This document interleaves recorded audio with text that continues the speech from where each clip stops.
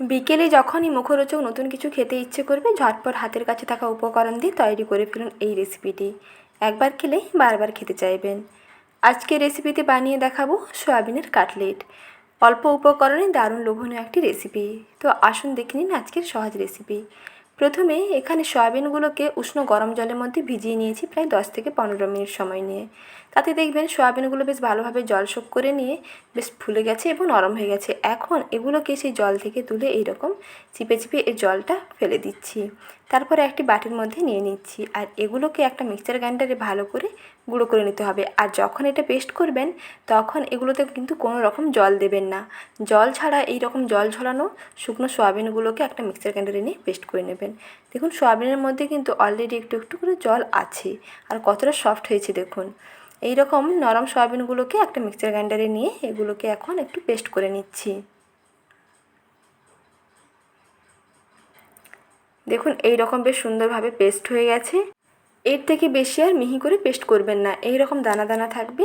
Mixture গ্রাইন্ডারটাকে মোটামুটি 2বার মতন ঘুরিয়ে নিলে যেমন গুঁড়োটা করা হয় তেমনি করে গুঁড়ো করে নেবেন। দেখুন সয়াবিনের পেস্ট একেবারে রেডি। আর এটা কতটা সফট হয়েছে দেখুন। এই রকম দানা দানাও থাকবে, আবার হাতের মধ্যে নিয়ে দেখে নেবেন যে কতটা সফট। এখন এর সঙ্গে মিশিয়ে নিতে হবে একটা সেদ্ধ করে নেওয়া আলু। একটি মিডিয়াম সাইজের আলুকে এরকম সেদ্ধ করে জল ঝরিয়ে নিয়েছি। এখন এই আলুটাকে একটা ম্যাশার দিয়ে ম্যাশ করে নিতে পারেন, না হলে সবথেকে সহজ হয় যদি এইরকম কাঁটা চামচ দিয়ে ম্যাশ করে নেন। সেদ্ধ আলুগুলো গরম অবস্থায় হাত দিয়ে না মেখে এইরকম যদি একটা কাঁটা চামচ দিয়ে ম্যাশ করে নেন দেখবেন বেশ ভালোভাবে ম্যাশ হয়ে যায়।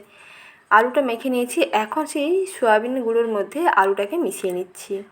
তারপরে এক এক করে সমস্ত উপকরণ মিশিয়ে নেব। প্রথমেই দিচ্ছি মিহি করে কেটে নেওয়া পেঁয়াজ কুচি দিয়ে দিচ্ছি। তারপরে দেব কুচনো কাঁচা লঙ্কা। কাঁচা লঙ্কাগুলো আপনারা ঝাল বুঝে দিয়ে দেবেন, যদি একটু কম ঝাল চান তাহলে অবশ্যই একটু কমিয়ে দিতে পারেন। তারপরে 1 ইঞ্চি মতো আদাকে একটু গ্রেটার দিয়ে গ্রেট করে নিয়েছি, আদা কুচি দিয়ে দিলাম। আর দিচ্ছি স্বাদ মতো লবণ, আর পরিমাণ মতন একটি চা চামচের 3 ভাগের 1 ভাগ হলুদ গুঁড়ো এবং শুকনো লাল লঙ্কার গুঁড়ো দিয়ে দিচ্ছি। আর 1 চামচ দিতে হবে বেসন, একটি চা চামচের 1 চামচ বেসন দিলেই হবে, এতে বাইন্ডিংটা খুবই সুন্দর হবে। আর এগুলোকে মেশানোর জন্য এর যাতে একটু ময়েস্ট ভাবটা আসে তার জন্য এর মধ্যে দিয়ে দিলাম 1 চামচ কাঁচা সর্ষের তেল। এখন সব কিছুকে ভালো করে মিশিয়ে নেব, তবে এরপরে কিন্তু আরও কিছু একটু গুঁড়ো মশলা অ্যাড করব।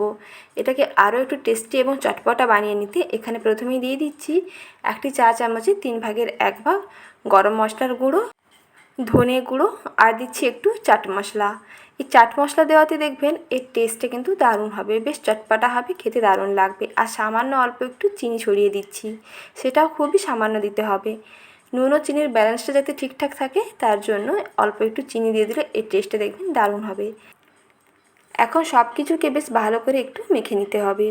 এখানে আর কোনো রকম জল মেশাবেন না। জল ছাড়াই এই উপকরণগুলোকে একসঙ্গে ভালো করে মিশিয়ে নিলে এর বাইন্ডিংটা দেখবেন খুবই সুন্দর হবে। এখানে আমার একটু মাখতে অসুবিধে হচ্ছে, তাই আমি একটি বড় পাত্রে নিয়ে নিচ্ছি। এইরকম একটা গভীর পাত্রে নিয়ে নিলে এটা মাখতে সুবিধা হয়। বেশ হাত দিয়ে দোলে দোলে করে মেখে নিতে হবে, যাতে এই সয়াবিনগুলো, যেহেতু আগে থেকে জলে ভেজানো ছিল, সয়াবিনগুলো কিন্তু বেশ ময়েস্ট আছে, বেশ আর্দ্র আছে। তার জন্য এই রকম মাখতে মাখতে দেখবেন সেই সয়াবিনের যে জলটা সেই জলে দেখবেন খুব সুন্দরভাবেই মাখানো হয়ে যাবে। বেশ খানিকক্ষণ এইরকম দোলে দোলে মেখে নিতে হবে। তারপরে হাতের মধ্যে একটু অংশ নিয়ে এরকম গোল্লা পাকিয়ে দেখে নেবে যে বাইন্ডিং হচ্ছে কি না, অর্থাৎ কাটলেটের মতন বানানো যাবে কি না, ততক্ষণ পর্যন্ত একটু মেখে নেবেন। দেখুন এখানে বেশ সুন্দরভাবে বাইন্ডিং হয়ে যাচ্ছে। এখন এগুলোকে কাটলেটের মতন শেপ দিয়ে তৈরি করে নিচ্ছি। প্রথমে একটু এরকম বলের মতন তৈরি করে নিয়ে দুটো তালুর মাঝখানে রেখে একটু চ্যাপ্টা করে দেবেন। আর সাইডগুলোকে এইরকম একটু দেখুন ঘুরিয়ে ঘুরিয়ে রাউন্ড শেপ দিয়ে দিলাম। আর একটু এগুলো পুরু করে বানাতে হবে, বেশি পাতলা করবেন না, একটু পুরু হলে এগুলো দেখতেও ভালো লাগবে, খেতেও ভালো লাগবে। এক এক করে সমস্ত কাটলেটগুলো তৈরি করে নিচ্ছি। আর যদি সয়াবিনের চপ বানাতে চান তাহলে একই রেসিপি দেখে আপনারা সয়াবিনের চপও তৈরি করতে পারেন। দেখুন এক এক করে সমস্ত কাটলেটগুলো রেডি করে নিয়েছি। আর এগুলো পুরুত্বটা দেখুন বন্ধুরা, এই রকম পুরু থাকবে। যেমন সাধারণত টিক্কি বানানো হয় তেমনি সয়াবিনের টিক্কি যেমন হয় তেমনি টিক্কির মতন করে তৈরি করে নিয়েছি। এক এক করে সমস্ত কাটলেটগুলো তৈরি করে নিয়েছি। এখন এগুলোকে কোট করে নেব। তার জন্য একটি বাটির মধ্যে নিয়ে নিচ্ছি হাফ কাপ ময়দা, আর ময়দার সঙ্গে মিশিয়ে নিচ্ছি অল্প একটু জল। একটু থিক ব্যাটার তৈরি করতে হবে।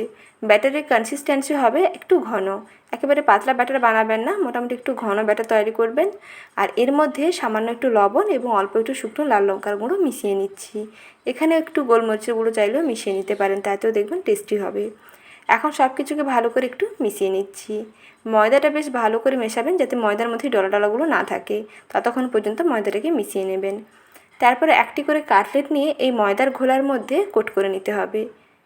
প্রথমে ময়দার ঘোলার মধ্যে ডুবিয়ে নিলাম, তারপরে এদিকে ব্রেড ক্রাম্বস নিয়ে নিয়েছি একটি প্লেটের মধ্যে। ময়দার ঘোলা থেকে তুলে নিয়ে ব্রেড ক্রাম্বসের মধ্যে দিয়ে এইরকম দেখুন শুকনো ব্রেড ক্রাম্বসগুলো এইরকম এর ওপর থেকে ছড়িয়ে দিতে হবে। তারপর একটু হাত দিয়ে চেপে দেবেন ভালোভাবে যাতে আটকে যায়। আর ময়দার ঘোলা দেওয়ার জন্যই এই ব্রেড ক্রাম্বসগুলো দেখবেন ভালোভাবে আটকে যাবে। এটা আপনারা পারলে ডিম দিয়েও বানাতে পারেন। ডিমের ঘোলায় কোট করে নিয়ে এরকম ব্রেড ক্রাম্বসে কোট করে নেবেন। আর ব্রেড ক্রাম্বস বাড়িতেই তৈরি করে নিতে পারেন। কয়েকটা পাউরুটিকে ড্রাই রোস্ট করে নেবেন প্রথমে কড়াইতে, তারপরে এগুলোকে একটা মিক্সার গ্রাইন্ডারে এইরকম করে মিহি করে গুঁড়ো করে নেবেন, তৈরি হয়ে যাবে ব্রেড ক্রাম্বস।